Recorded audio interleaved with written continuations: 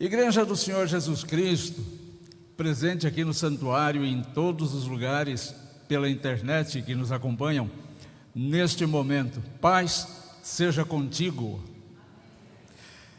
Eu quero chamar a tua atenção preciosa para a leitura do Santo Evangelho do Senhor Jesus Cristo, conforme registrado por Lucas, no capítulo 21, os versículos que nós leremos serão do 5 ao 19. E eu gostaria que você prestasse bastante atenção nos detalhes deste texto, separado para este domingo, porque normalmente a gente vê uma abordagem equivocada a respeito desse texto. Vamos tentar entender o que esse texto, o que Jesus, o que o evangelista separaram para o nosso crescimento nesta noite. Eu posso garantir que se você abrir o teu coração, o Espírito Santo trará muita luz para a tua vida a partir da meditação deste texto. O servo do Senhor escreveu que naqueles tempos alguns falavam a respeito do templo, como estava ornado de belas pedras e de dádivas. Então Jesus disse: vocês estão vendo estas coisas? Virão dias em que não ficará pedra sobre pedra que não seja derrubada. Perguntaram a Jesus: mestre, quando será isto? E que sinal haverá quando estas coisas estiverem para acontecer? Jesus respondeu: tenham cuidado, para não serem enganados, porque muitos virão em meu nome, dizendo, sou eu, e também chegou a hora, porém não vão atrás deles. Quando vocês ouvirem falar de guerras e revoluções, não fiquem assustados, pois é necessário que primeiro aconteçam estas coisas, mas o fim não será logo. Então Jesus lhes disse: nação se levantará contra nação e reino contra reino. Haverá grandes terremotos, epidemias e fome em vários lugares, coisas espantosas e também grandes sinais vindos do céu. Antes, porém, de todas estas coisas, vocês serão presos, perseguidos. Vocês serão entregues às sinagogas e lançados nas prisões. Serão levados à presença de reis e de governadores por causa do meu nome. Isso acontecerá para que vocês deem testemunho.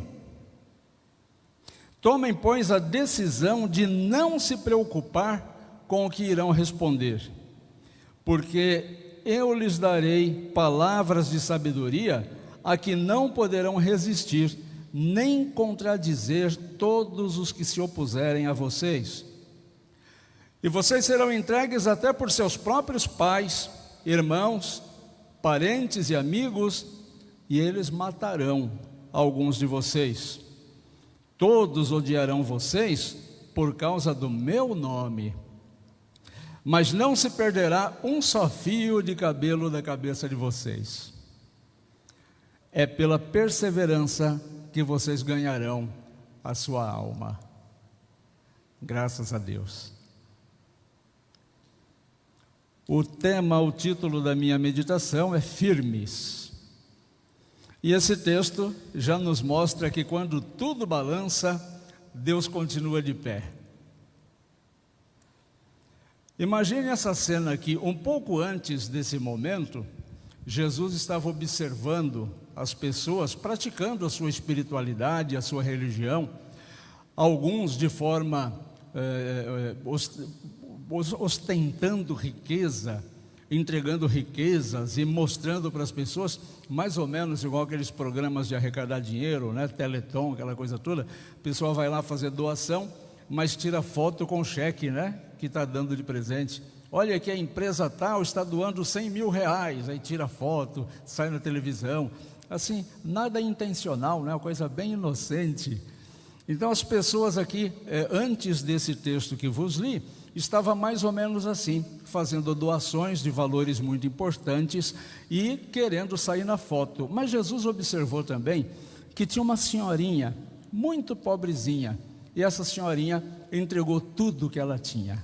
Os outros entregaram do que estava sobrando, e aquela senhorinha, por fé, entregou tudo que ela tinha, confiando de que Deus haveria de prover as suas necessidades.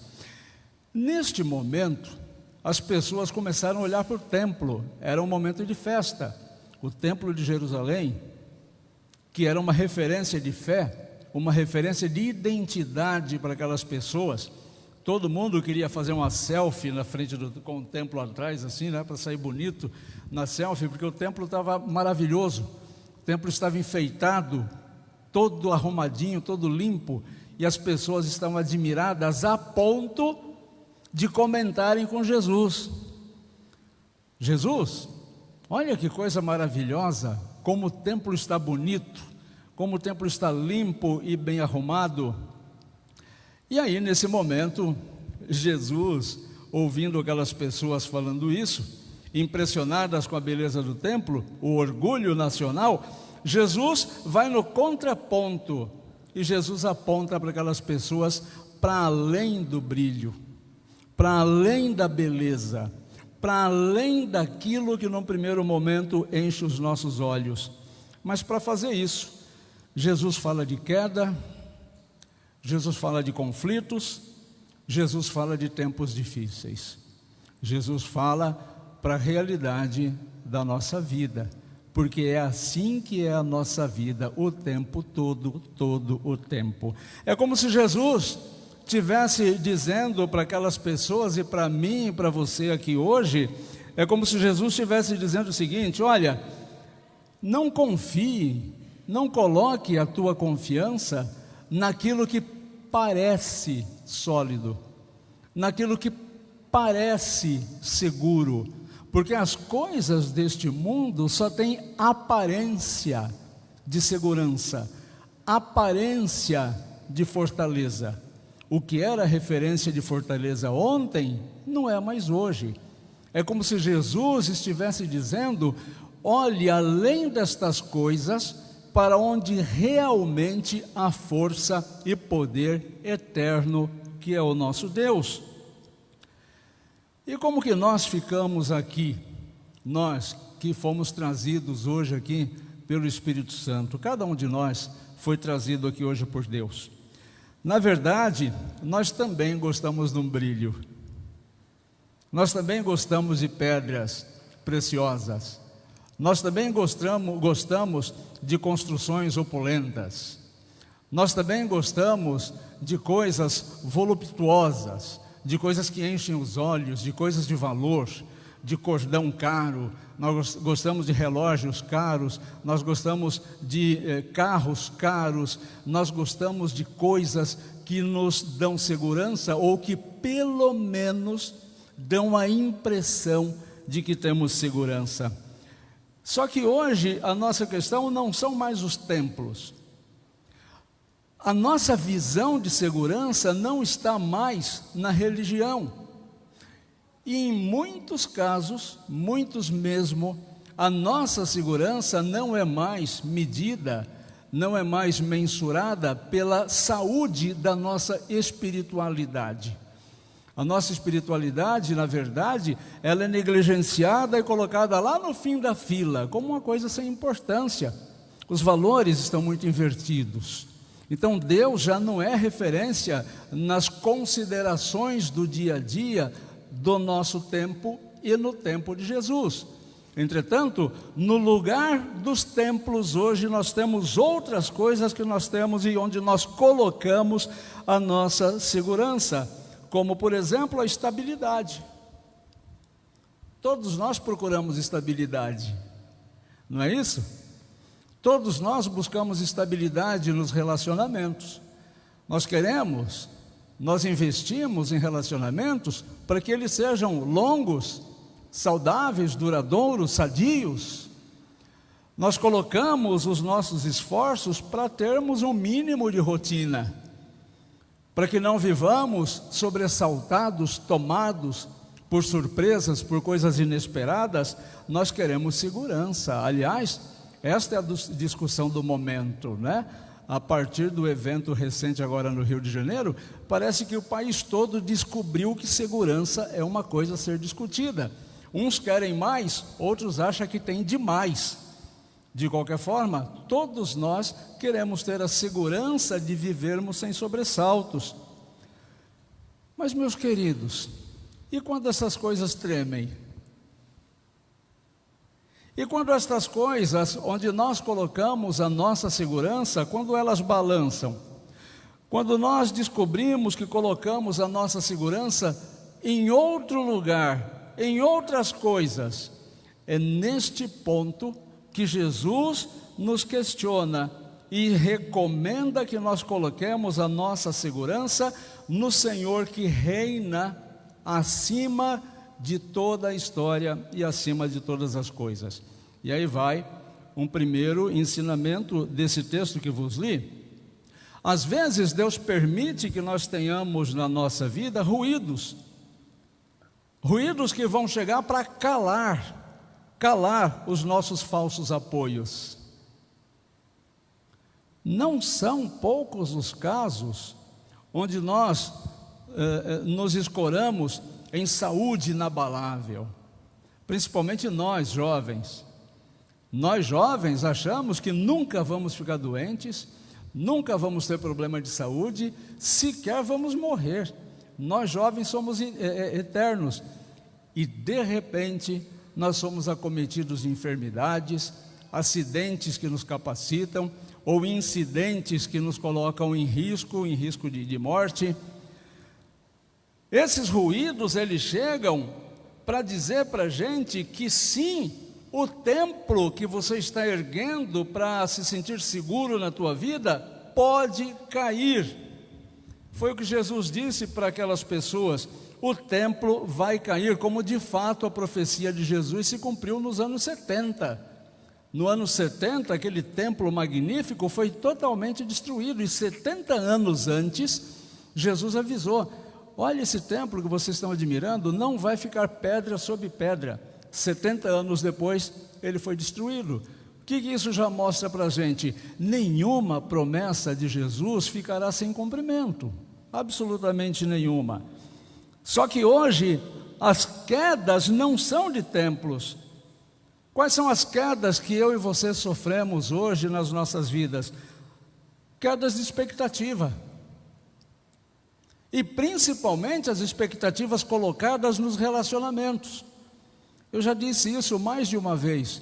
Não é justo quando nós colocamos a nossa necessidade de felicidade nos ombros de outra pessoa. Isso é absolutamente injusto. Quando nós dizemos assim: eu espero que aquela pessoa me faça muito feliz. Ou quando eu mesmo faço uma promessa impossível de ser realizada, de ser cumprida, quando eu digo para outra pessoa: eu vou te fazer muito feliz. E por que isso é impossível? Porque sou eu que decido se quero ser feliz ou não. Isso não depende de outras pessoas.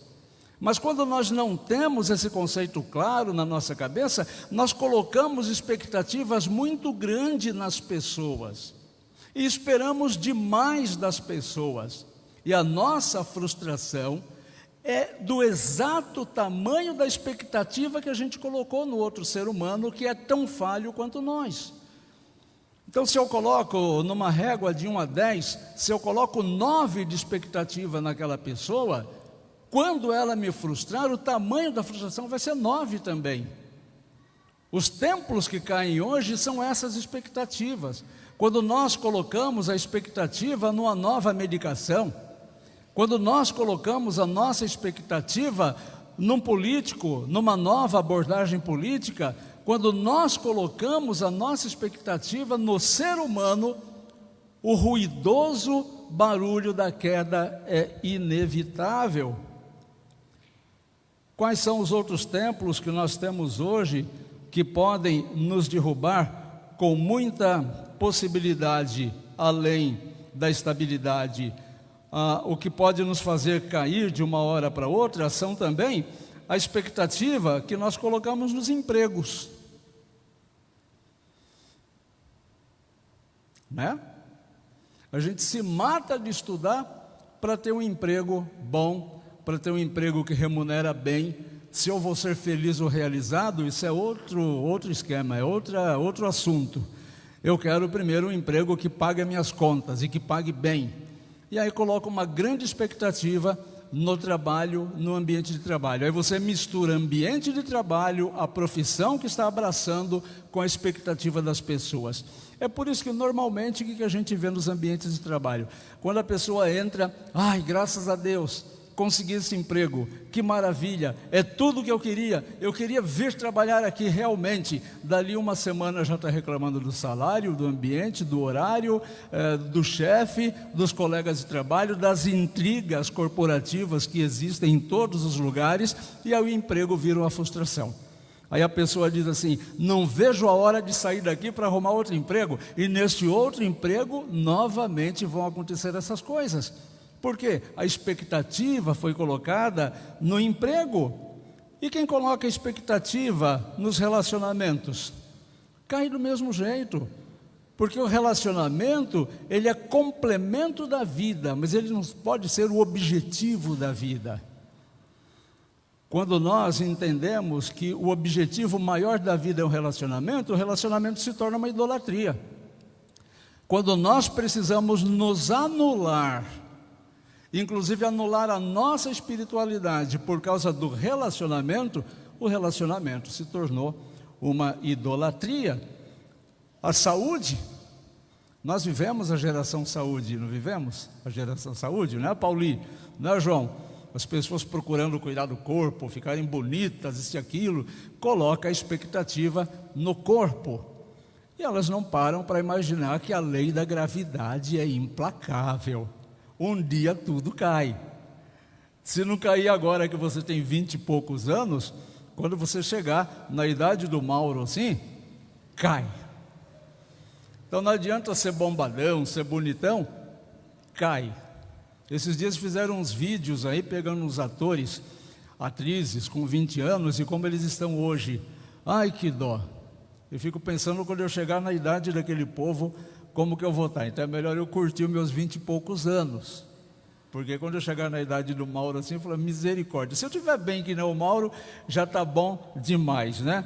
Mas quando nós colocamos como templo, como escora a saúde, a gente cai também. Mas vamos considerar uma coisa, meus queridos.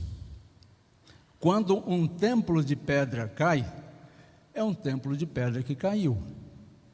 Mas quando nós derrubamos ou vemos cair esses templos do nosso coração, saúde, trabalho, relacionamento, essas coisas todas, aí não são pedras que estão caindo e dói. Dói muito. Não dói? Quem que aqui nunca chorou uma paixão interrompida? Quem que nunca viveu uma dorzinha de cotovelo? Quem que nunca se consumiu de ciúmes? Se você não passou por essas fases, você não é humano. E essas coisas da alma dói muito mais do que um corte no dedo, do que queimar o dedo no ferro de passar roupa. Dói na alma, a dor da alma é muito maior. Então veja, Cristo não falou essas coisas que Ele disse para aquelas pessoas para assustar ninguém, mas para libertar. Para libertar, é isso que eu anunciei agora no começo, que esse texto é usado muito para assustar as pessoas, e Jesus definitivamente não quis assustar ninguém. Jesus nunca quis assustar ninguém. Quem quer assustar é a concorrência.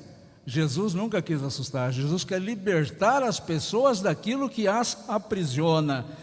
Jesus diz aquilo para libertar as pessoas, dizendo o seguinte para elas, é como se Ele estivesse dizendo o seguinte: não é o fim que nos define, não é o final, não é a perda, não é a perda que dita a nossa identidade.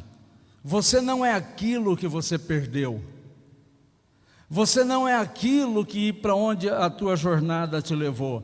A vida cristã, ela não pode se sustentar em coisas externas. A vida cristã não pode estar fincada, estabelecida, alicerçada no que você pode pôr a mão. Quem vive desta forma, quem vive para as coisas onde pode pôr a mão, vai estar fadado ao sofrimento. É gente que vai chorar de desespero porque perdeu a arruelinha do brinco. É gente que vai estragar o dia porque desfiou a meia. É gente que vai perder a noite de sono porque levou uma multa. Porque o coração está posto em coisas externas. E a vida cristã não é em coisas externas que ela se estabelece, mas em Deus, em Jesus, que é sim a nossa fortaleza. Como você pode ler em Salmo 46, versículo 1, quando Deus desmonta os nossos apoios, Ele não está abandonando a gente. Então, se algum desses apoios que eu citei aqui é uma realidade na tua vida, entenda isso: Deus não está abandonando você, mas Ele está conduzindo você para onde você deveria estar desde o início, que é colocando a tua confiança em Deus, não nas coisas. Um segundo momento do texto: a fé não vive de previsões, ela vive da voz do pastor Jesus Cristo, não de previsões. Aquela coisinha que eu já falei algumas vezes aqui, que a fé não pede sinal. Quem pede sinal é a dúvida. Senhor, me dá um sinal se eu estou indo pelo caminho certo. Isso é falta de fé. Porque se você tem intimidade com Jesus, você tem certeza absoluta que Jesus está no controle da tua vida, e você estará daqui 5 anos exatamente onde Jesus quis que você estivesse. Jesus, nesse texto, fala de guerra, fala de fome, fala de terremoto, fala de epidemia, assuntos que podem fazer parte do nosso noticiário hoje. Assuntos que você deve ter lido, ou visto, ou falar, ou assistido. Mas o que Jesus diz logo em seguida? Ele diz: não se assustem. Isso já é libertador. Se naquele tempo as pessoas ouviam falar de guerra e rumor de guerra, doenças e flagelos, hoje nós ouvimos também. Mas ouvimos Jesus falando logo em seguida: não fiquem com medo.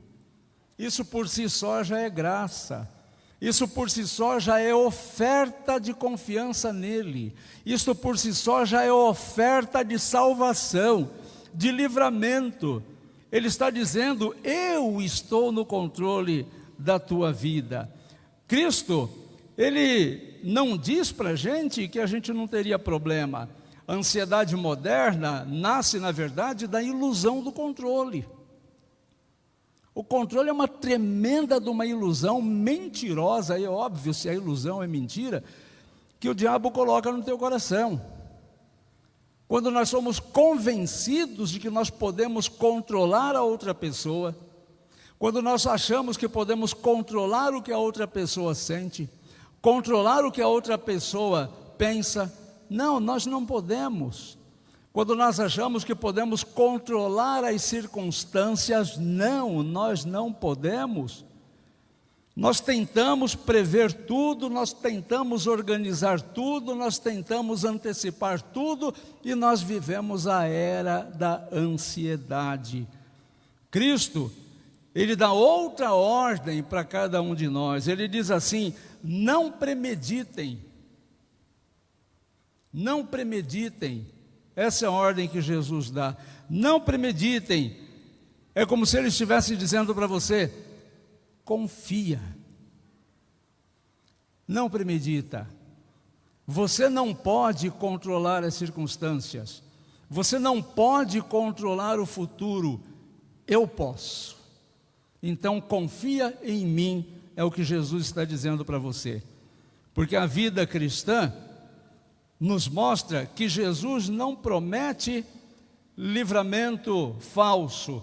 Ele promete sabedoria para a hora certa, força na medida certa e graça no tempo certo.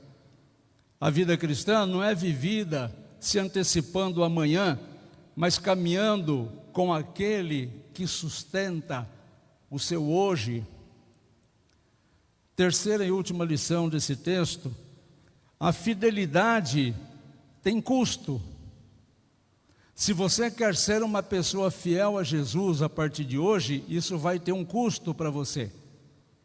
Mas esse custo não tem abandono.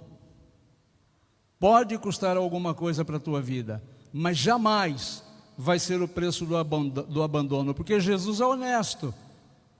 Jesus é honesto, e Ele disse que você poderá sofrer rejeição, você poderá sofrer perda, você poderá sofrer oposição. Nem sempre o nome de Cristo será bem recebido pelas pessoas, pelos lugares, e vários de vocês aqui já sofreram por conta disso, de serem motivos de piada, de serem motivos de chacota, de serem chamados de santinhos, de serem chamados de crentinhos, de serem chamados de várias coisas que o diminutivo mostra serem pejorativas.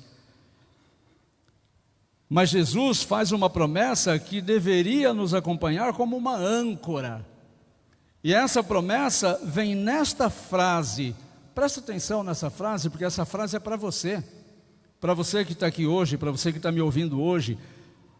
A âncora que Jesus diz e nos dá é esta: não se perderá um só fio de cabelo da cabeça de vocês.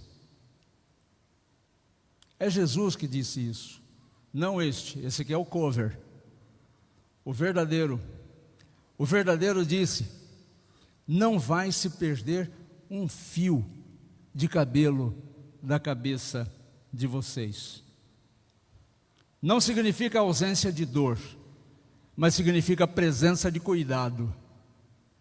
Significa que naquele momento em que os teus ídolos interiores começam a despencar, porque você colocou as tuas expectativas no lugar errado, significa que nestes momentos, que nós os vivemos o tempo todo, nestes momentos estará presente o cuidado de Jesus.